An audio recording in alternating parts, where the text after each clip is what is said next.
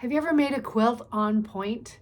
I know I haven't made a lot of them, but I decided to try it with this one. Also, this fabric looks really wet, but it's just super glittery and super shiny.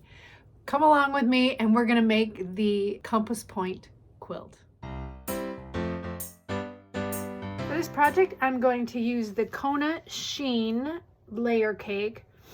This layer cake has all kinds of gorgeous fabrics in it, and they're all shiny. I don't know if they show up on camera, but they're just solids, but they have this shimmer to them, and I think they're pretty fantastic. So many colors, from the black, white, and gray neutrals into blues, and then greens, yellows, beiges, oranges, red, and pink.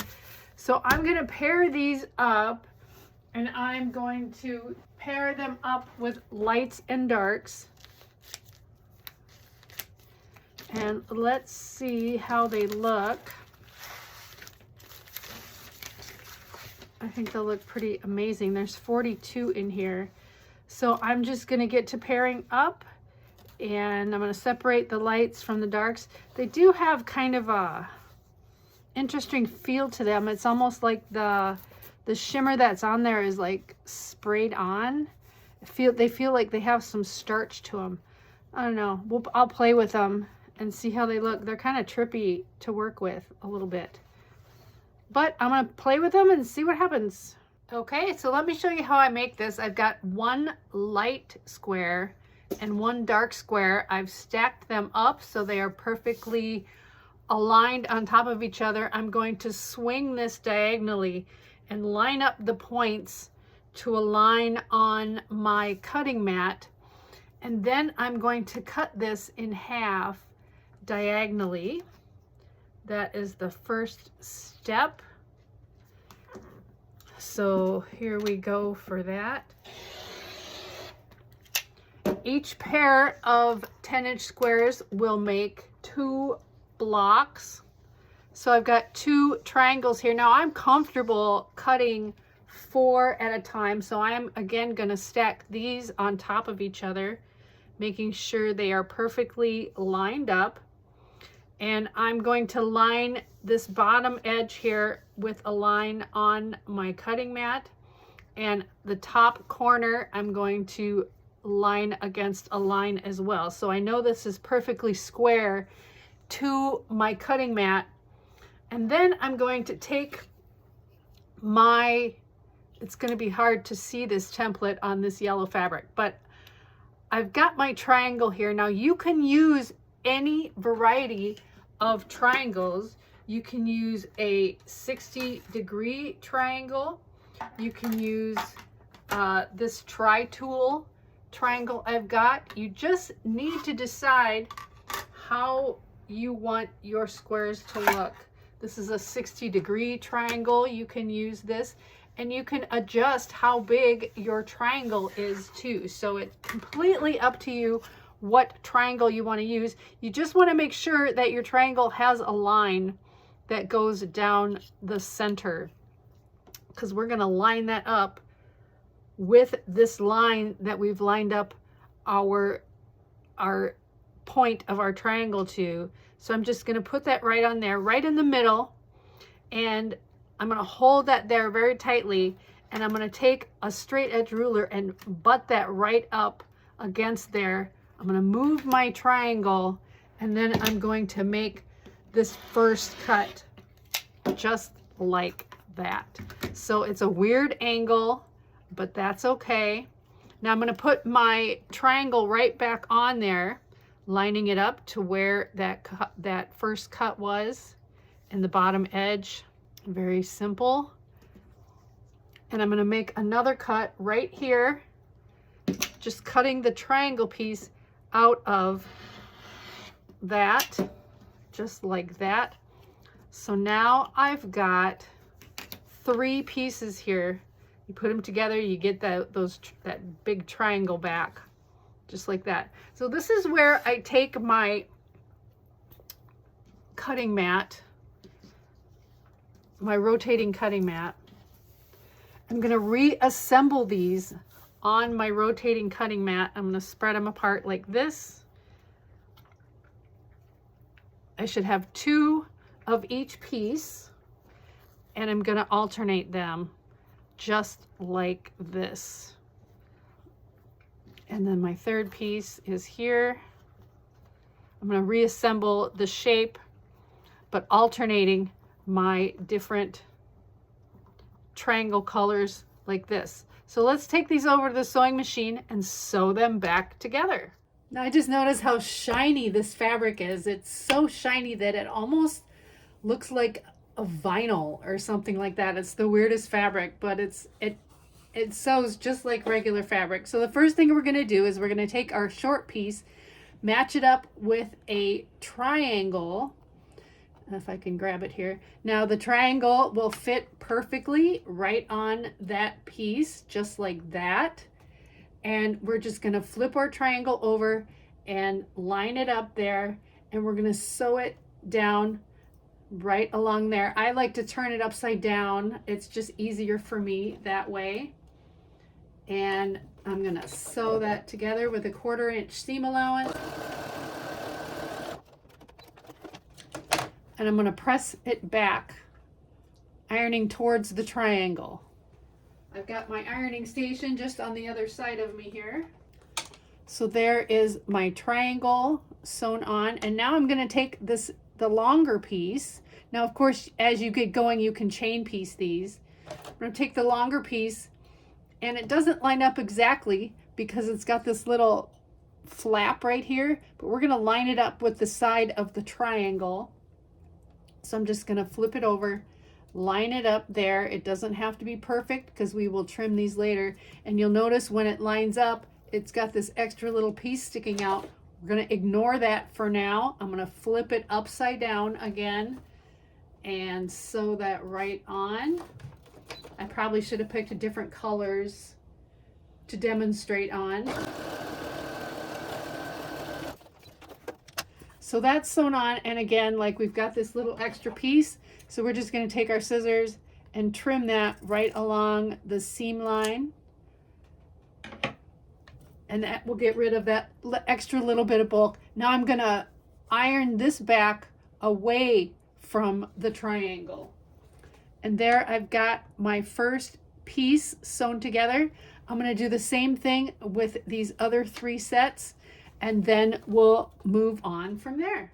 All right, so I've got my 4 pieces made, and we're going to need to trim these up along this long edge. Now we know our triangle has a perfectly straight and true edge here, so we're just going to take our ruler and we're going to line that up right along that triangle edge. And we're going to trim the bottom of this block according to the straight edge on the bottom of that triangle. So you'll really only be trimming the sides, the excess on the opposite color. And we're going to do that to all 4 of our blocks. And that way, when we sew our blocks together, they will line up perfectly.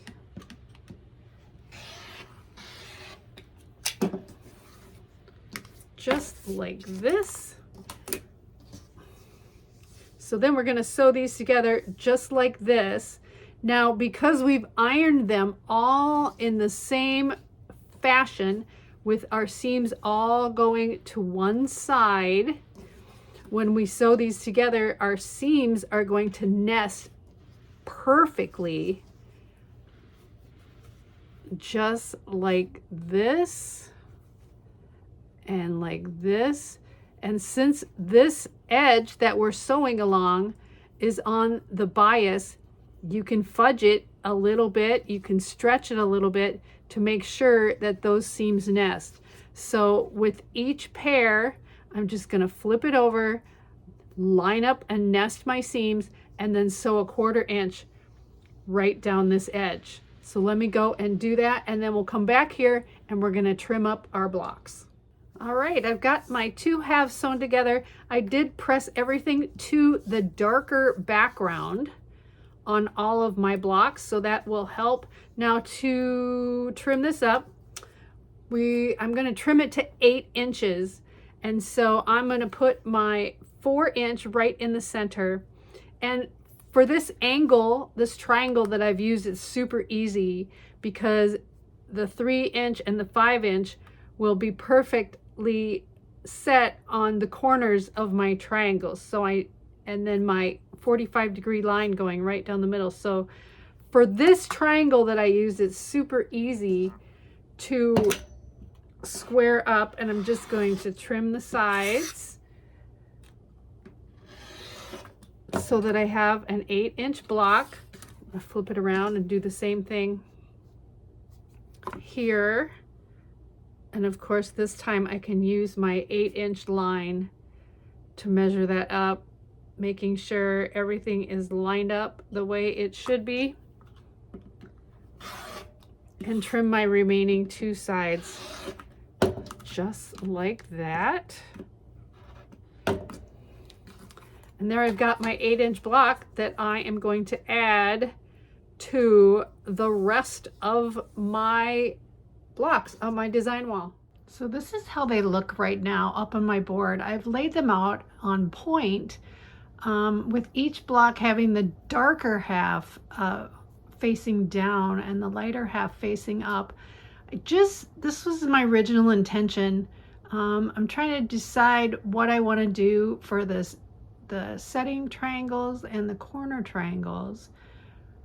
And I think I have an idea. I still have a couple more blocks to make, but before I make those, I really want to just take a look at the different layouts. So this is what it looks like on point, but let me try a couple layouts that aren't on point, and I'll show you what those look like. So in this layout, I've taken 4 blocks and I've put them so that the darker part is all facing each other, kind of like in sort of a Celtic cross, as you can see. So it creates this light and this dark illusion, and I really like this as well. This will save me the trouble of what to do with these corner setting triangles and the regular setting triangles. So this is an option. Let me see what else I can come up with. So this is just all of the blocks facing the exact same way, with the dark triangle facing in the upper right hand corner.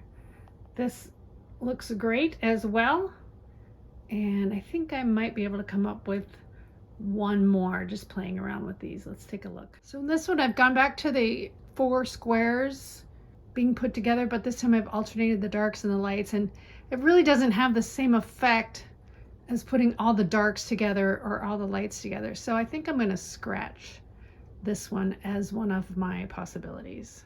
So I finally, after rearranging it, it seems like a gazillion ways, I decided to put it on point like this, because I just really liked the way that looked, and on point with the darker color always pointing towards the bottom and the darker triangle always pointing on the top. I just think it gives it a really sleek, cool look.